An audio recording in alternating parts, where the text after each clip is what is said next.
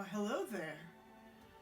I wanted to share with you one of my all-time favorite holiday poems, A Visit from St. Nicholas, or as it is more commonly known, The Night Before Christmas. Now, this poem has been adapted into children's books, songs, and even holiday specials. So naturally, I will read it from my childhood sticker book. Interesting fact, the sticker book did not have an author listed, so naturally I googled it, and I found it's actually a source of controversy. The officially Clement Clarke Moore is officially accredited as being author, but there's also a lot of people that say Henry Livingston Jr. would have wrote the poem, so if ever you want to check that out. Now, without further ado, grab your comfy PJs, grab a seat, have some nice hot cocoa. Let's begin. 'Twas the night before Christmas, and all through the house not a creature was stirring, not even a mouse. The stockings were hung by the chimney with care, in hopes that St. Nicholas soon would be there. The children were nestled all snug in their beds, while visions of sugar plums danced in their heads. Mamma in her kerchief and I in my cap had just settled down for a long winter's nap, when out on the lawn there arose such a clatter, I sprang from my bed to see what was the matter. Away to the window I flew like a flash, tore open the shutters and threw up the sash. The moon on the breast of the new-fallen snow gave a luster of midday to objects below, when what to my wondering eyes should appear but a miniature sleigh and 8 tiny reindeer. With a little old driver so lively and quick, I knew in a moment it must be St. Nick. More rapid than eagles his coursers they came, and he whistled and shouted as he called them by name.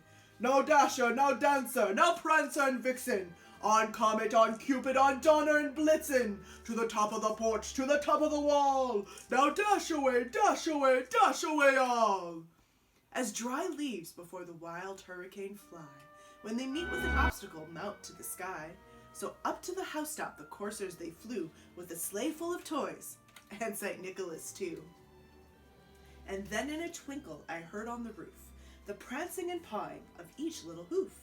As I drew in my head and was turning around, down the chimney St. Nicholas came with a bound. He was dressed all in fur from his head to his foot, and his clothes were all tarnished with ashes and soot. A bundle of toys he had flung on his back, and he looked like a peddler just opening his pack. His eyes, how they twinkled! His dimples, how merry! His cheeks were like roses, his nose like a cherry. His droll little mouth was drawn up like a bow, and the beard on his chin was as white as the snow. The stump of a pipe he held tight in his teeth, and the smoke it encircled his head like a wreath. He had a broad face and a little round belly that shook when he laughed like a bowl full of jelly. He was chubby and plump, a right jolly old elf, and I laughed when I saw him, in spite of myself. A wink of his eye and a twist of his head soon gave me to know I had nothing to dread. He spoke not a word, but went straight to his work, and filled all the stockings, then turned with a jerk, and laying his finger aside of his nose, and giving a nod, up the chimney he rose. He sprang to his sleigh, to his team gave a whistle. Away they all flew like the down on a thistle, but I heard him exclaim as he drove out of sight, Merry Christmas to all, and to all a good night. Merry Christmas, everyone.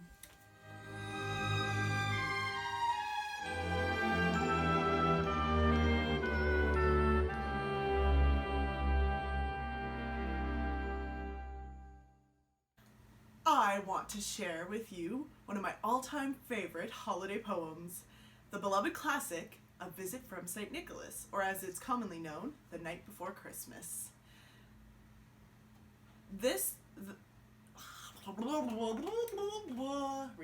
Animated Christmas short, so naturally I will be presenting it